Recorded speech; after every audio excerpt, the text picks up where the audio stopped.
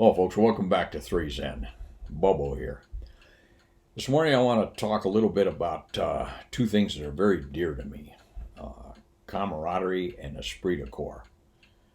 Those two, I don't know if you'd call them philosophies, feelings, not sure what, but they are so interwoven through the fiber of my life that there's hardly a day that goes by that I don't think about them in one way or another. At any rate, in that mix, that cauldron is also mixed heritage and patriotism, but I'll hold off on those for another day. Esprit-de-corps. I first was introduced to that concept, I suppose, when I went on active duty. I was first assigned to an F-111 squadron at Nellis Air Force Base after training, and I felt a great sense of pride with those guys as we were bringing the F-111A online. It was a brand new aircraft to the Air Force, and we were part of the bed down, if you will. We were learning in maintenance as the pilots were learning in operations how to operate and maintain the aircraft, and we had setbacks, we had successes, and we took a great deal of pride throughout it all. So I got a touch of it. But where it really was infused into my fiber, if you will, was at pilot training. I began UPT, undergraduate pilot training, in April 1970 in class 7107. The dictionary says esprit-de-corps is a noun defined as a feeling of pride, fellowship, and common loyalty shared by members of a particular group. In my case, class 7107. And I can tell you without reservation, I love those guys. Just love those guys. We started with a class of 72 and we graduate of the original class, 36 of us. It was an intense year, and during that intense year, we took great pride in who we were as a class and the fact that we were chosen to be Air Force aviators. I never lost that spirit of esprit-de-corps. I carried it throughout my Air Force career, although what I saw was that esprit-de-corps started to get tamped down after the war with professionalism. There were things that we did that were not under the auspices of esprit-de-corps that were not looked at as very professional. And you can take off on a tangent on that one or not, but suffice to say, the spirit slowly began to be beaten down, but I just couldn't let go of it. And I carried it right up till the day I retired. I wanted the men and women in my units to feel that sense of pride, that sense of loyalty, and that sense of camaraderie in our unit, regardless of what was going on. They would always know that their commander had their back, their wingman had their back. And so that's the way I operate in that respect. Now, when you get to camaraderie, which I think is an integral part of esprit-de-corps, camaraderie, I would say, is the bond formed between members of that unit, whether it be a flight, a squadron, a wing, whatever. Again, it encompasses a lot of what esprit-de-corps is, but I think it goes a little bit further. Camaraderie, you build bonds that stay with you your whole life, and these are not philosophies unique to the military or to the Air Force by any stretch.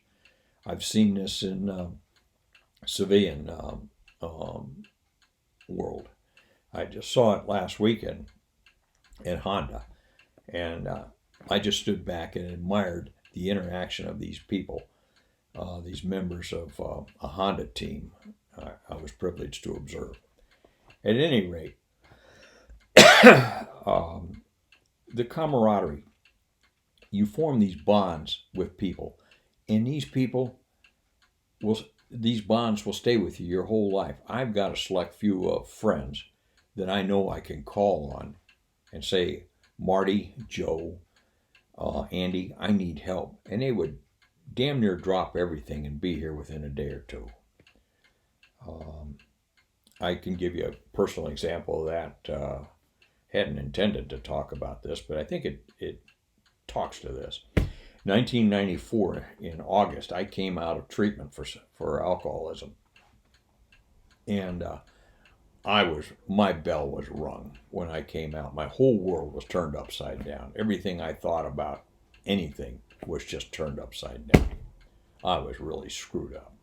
At any rate, I got a call from Marty saying, hey, Bob, he said, what time frame would work out for me to come and spend some time with you?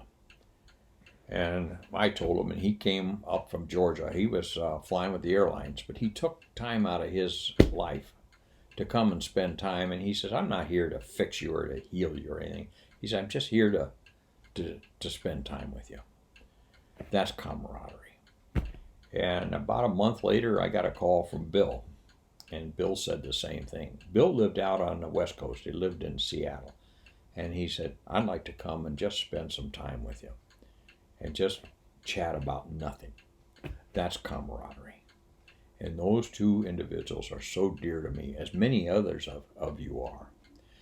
And I would even go so far as to say, if you're on this channel, you're part of my camaraderie, my inner circle.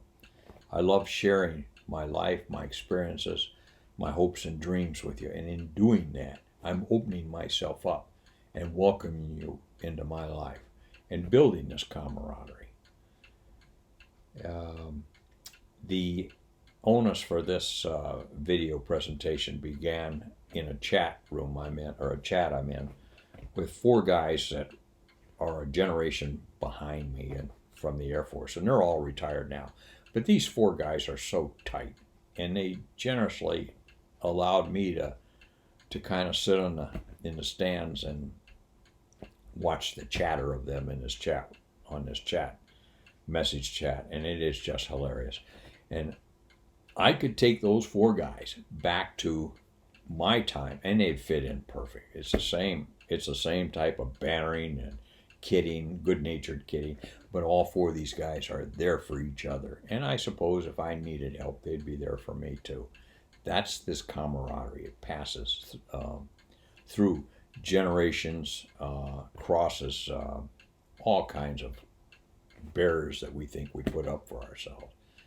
But be that as it may, it's just such a great feeling to be affiliated with men and women of this caliber. I just wanted to take a moment and speak to that, and to say once again, if you're on this channel, if you've subscribed to it, you become a member of our flight, if you will. And you'll sense that camaraderie, both in the stories I tell and the comments you see. So, once again, welcome, and don't feel hesitant to pitch in. Like hearing from you. Thanks once again for stopping by, and we'll talk to you later.